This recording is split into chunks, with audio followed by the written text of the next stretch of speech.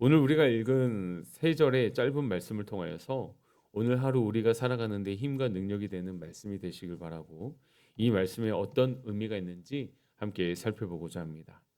오늘 우리가 읽은 말씀의 시작은 사람들이 예수님께 어린 아기를 데려오는 장면으로 시작하고 있습니다.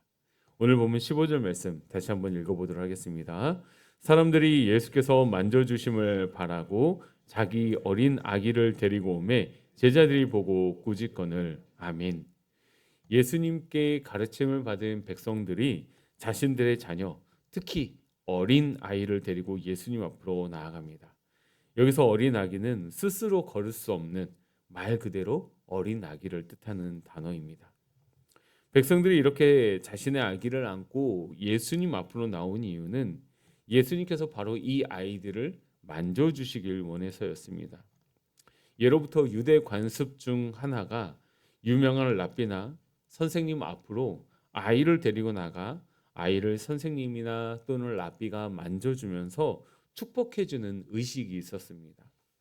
그래서 이스라엘 백성들은 예수님을 만나 귀한 말씀을 들은 뒤에 유대 관습에 의해서 자신들의 아기의 몸을 만져주고 축복해 주길 바라는 마음으로 예수님 앞에 아이를 데리고 나아갔습니다. 그런데 제자들은 아기를 데리고 온 부모를 꾸짖으며 예수님 앞으로 나오지 못하게 합니다. 제자들이 이렇게 한 이유는 아마도 예수님을 위해서 그렇게 했을 것입니다. 말씀을 전하고 이제 좀 쉬어야 하는데 사람들이 아이를 안고 나오면 예수님께서 쉬지 못하실 것을 염려하여 그렇게 행동했을 것입니다. 그런데 예수님은 제자들의 이러한 마음을 모른 채 오히려 제자들의 행동을 나무라는 말씀을 하시죠. 오늘 보면 16절 말씀 다시 한번 읽도록 하겠습니다.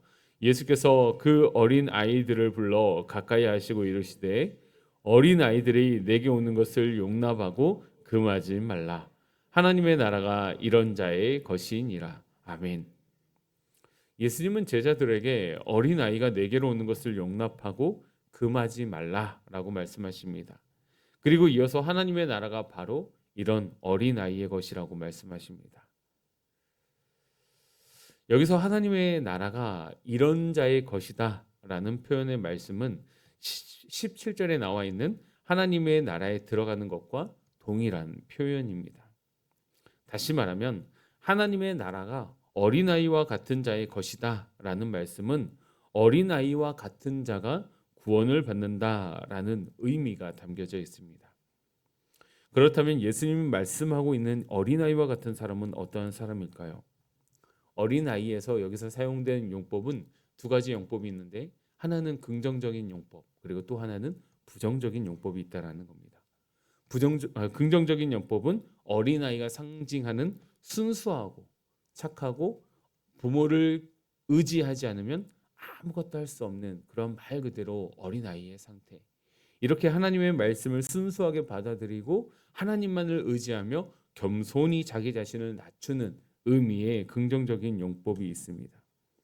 그리고 또 하나의 부정적인 용법은 이와는 완전히 반대로 순수하고 착하고 겸손한 사람이라기보다는 악하고 약하고 무지하고 때로는 고집도 부리는 사람의 의미도 있다라는 것이죠.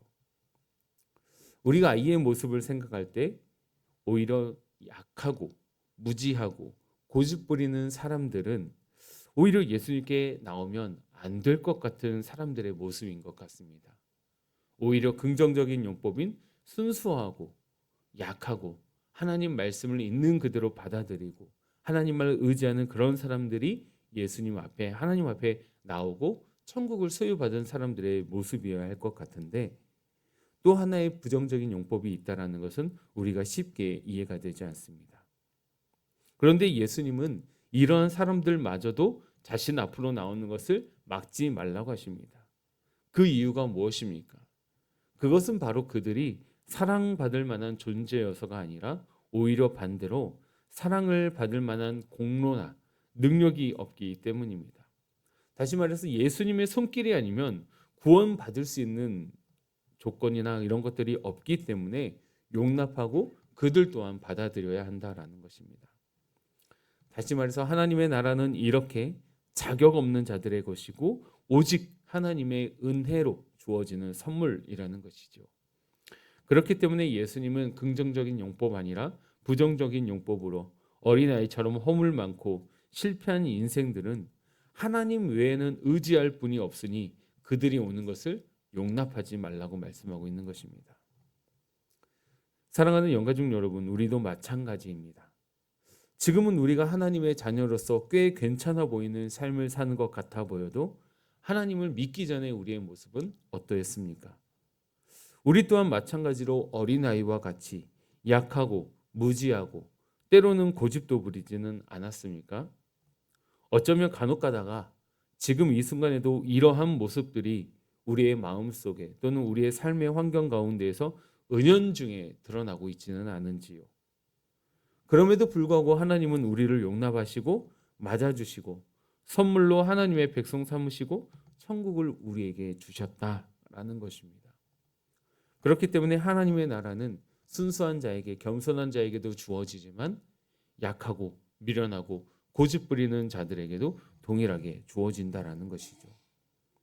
우리의 공로, 받을 만한 자격, 이런 것들이 있어서가 아니라 이 모든 것은 우리를 향한 하나님의 은혜이고 선물이라는 것이죠. 이 은혜를 잃어버리지 않는 우리 영가족들 되시길 바랍니다.